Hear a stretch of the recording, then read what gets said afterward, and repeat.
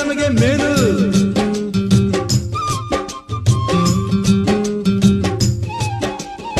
ಕೈಲಾಸ ಕಂಡ ನಮಗೆ ಕೈಲಾಸ ಯಾಕೆ ಬೇಕು, ದಾಸರ ಕಂಡ ನಮಗೆ ವೈಕುಂಠ ಯಾಕೆ ಬೇಕು. ಮುಂದಿನ ನನ್ನ ಜನ್ಮ ಬರೆದಿಟ್ಟನಂತೆ ಬ್ರಹ್ಮ ಇಲ್ಲಿಯೇ ಇಲ್ಲಿಯೇ, ಎಂದಿಗೂ ನಾನಿಲ್ಲಿಯೇ.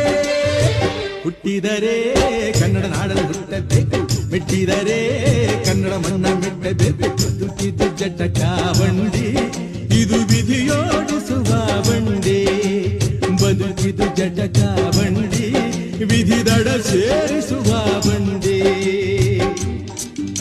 ಆ